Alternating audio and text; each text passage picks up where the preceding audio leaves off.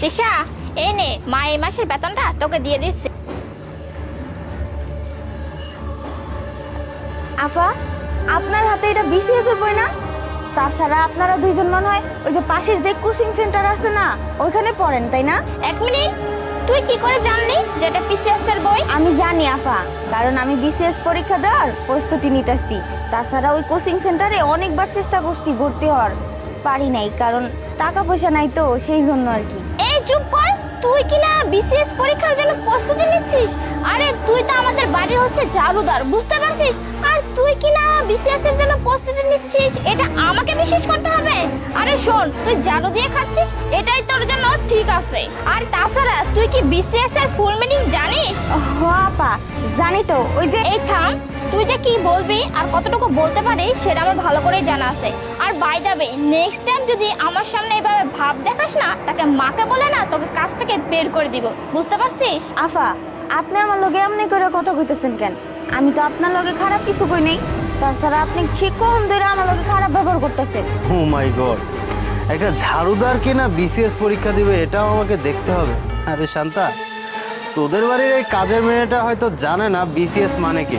আরে শোন, বিসিএস পরীক্ষা দেওয়া এত সহজ না, বুঝতে পেরেছিস? আর তাছাড়া তুই বিসিএস কি করে দিবি? তুই তো দিস ঝাড়ু, আর এটাই কর, এটাই বেস্ট হবে, বুঝতে পেরেছিস? না না স্যার, আপনারা আমারে ভুল বুঝতেছেন। আমি সত্যি কথাই কইতাছি। আমি এবার বিসিএস পরীক্ষা দেওয়ার প্রস্তুতি নিতেছি। তাছাড়া আমার মায়ের মেলা বড় স্বপ্ন, আমি বড় একজন অফিসার হবো, ভালোভাবে পড়াশোনা কইরা। এই জন্য আমার মায়ের স্বপ্নটা পূরণ করার লাইগা আমি মানুষের বাসায় বাসায় কাজ করি। আর কাজ করে যে কয়টা টাকা পাই, ওই কয়টা টাকা দিয়ে আমি সংসার চালাই আর আমার পড়াশোনার খরচ দেই। আর আপনারা যে কোচিং সেন্টারে পড়েন না, ওখানে আমি পড়ার লাইগা অনেক চেষ্টা করছিলাম, কিন্তু পারি নাই। টাকা পয়সার অনেক অভাব, এর লেগেই ওই কোচিং সেন্টারে ভর্তি হতে পারি নাই। বুঝিনি তো, গরিব ঘরে জন্ম নিয়েছি।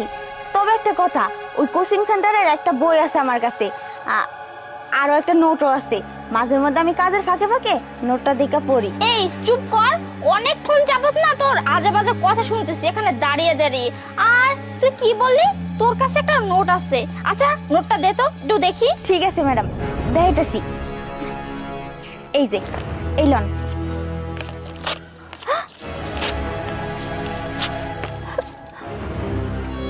এই শোন, তুই না এইসব বিসিএস পরীক্ষার স্বপ্ন দেখিস না। আর তুই যে কাজ করতেছিস না, এটাতেই তুই ঠিক আছিস, বুঝতে পারছিস? আর বেশি বাড়াবাড়ি কর না, আমাদের বাড়ি থেকে লাত্তি মেরে বের করে দিব। এই চলো।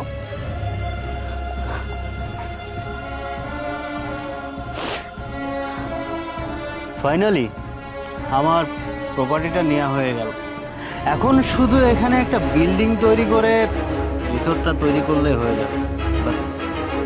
কিন্তু ইমরান, এই প্রপার্টিটা তোমার আনলিগেল, তারপরে কি কোনো সমস্যাতে পড়তে হবে না তো? আরে লিগাল ইনলিগাল বলে কোনো কথা নাই, জায়গা আমার, আমার যা মন চায় আমি তাই করতে পারি, খেতে বাধা দিবে, সমস্যা নেই। তারপরে ইমরান, আরেকবার চিন্তা করলে হতো না? তারপরে যদি কোনো ঝামেলা হয়? আরে ইমরান, ওটা তোমার প্রপার্টি না, ওখানে ওরা কি করতেছে? হ্যাঁ তাই তো, চল তো গিয়ে দেখি। এক্সকিউজ মি, কি ব্যাপার, আপনারা কারা? আর এই প্রপার্টিটা তো আমার, আপনারা এখানে কি করছেন? ও আচ্ছা, এই প্রপার্টিটা আপনার, কিন্তু এই প্রপার্টিটা তো আনলিগাল, এটা তো কোনো কাগজপত্র নেই। বাই দ্য ওয়ে, আপনি কে? আমার প্রপার্টি লিগাল বা আনলিগাল হোক সেটা আমার ব্যাপার, আমি বুঝবো। আপনার পরিচয় কি? আচ্ছা, আমার পরিচয় জানতে চাচ্ছেন? মনে পড়ে সেদিনের কথা, আপনারা একটা ঝাড়ুদারের হাত থেকে নোট নিয়ে ছিঁড়ে ফেলেছিলেন, আর আমি সেই ঝাড়ুদারটা। কি তুই তিশা আমাদের বাড়িতে যে কাজ করতি? আরে তোর এত পরিবর্তন হয়ে গেছে, আর তোর পোশাক আশাক দেখে তো মনে হচ্ছে তুই কোনো লাকসাইফ হয়ে গেছিস। এই শোন, আগেও নাটক করছিস, আবার নাটক করা শুরু করে দিছিস। তোর নাটক না বন্ধ কর, বুঝতে পারছিস? জাস্ট শাট আপ, মুখ সামলিয়ে কথা বলুন। কে নাটক করছে? আমি কোনো নাটক করছি না, আমি যেটা বলেছি সেটাই সত্যি। আমি সেদিন কিন্তু বিসিএস পরীক্ষা ঠিকই দিয়েছিলাম। আপনি কাকে কি বলছেন? আপনি জানেন আমি কে? শুনুন, আপনারা সেদিন আমার নোটটা ছিঁড়ে ফেলেছেন ঠিকই, কিন্তু সেই নোটটা আমার জোগাড় করতে কতটা কষ্ট হয়েছে জানেন? আর আমি বিসিএস পরীক্ষাটা ঠিকই দিয়েছি, আর এখন আমি একজন ম্যাজিস্ট্রেট। সো কথাবার্তা সাবধানে বলবেন। কার সাথে কিরকম ব্যবহার করতে হয় সেটা কি আপনারা জানেন না? শুনুন মিস্টার ইমরান, যে প্রপার্টিটা আপনার, সে প্রপার্টিটা সরকারিভাবে সিজ করা হয়েছে, আর সেটা করার জন্য আমি এখানে আসছি, বুঝতে পেরেছেন? আরে ম্যাডাম, আপনি মানে তার মানে আপনি নির্বাহী ম্যাজিস্ট্রেট? দেখুন না, দেখুন জায়গাটা যেহেতু আমার, আর তাছাড়া আমি একটা স্বপ্ন নিয়ে মানে আমার একটা ড্রিম আছে, এখানে আমি একটা সুন্দর রিসোর্ট করবো। দেখুন না, আপনি যেহেতু এসেছেন আর আপনি আমাদের পূর্ব পরিচিত, সেহেতু আপনি একটু হেল্প করলে আর কি জায়গাটা ঠিকঠাক থাকে, তাই না? আপনি একটা কাজ করুন, আপনাকে দরকার হলে আমি কিছু টাকাও দিব, আপনি একটু আমার হেল্পটা করে দেবেন, ঠিক আছে? Just shut up!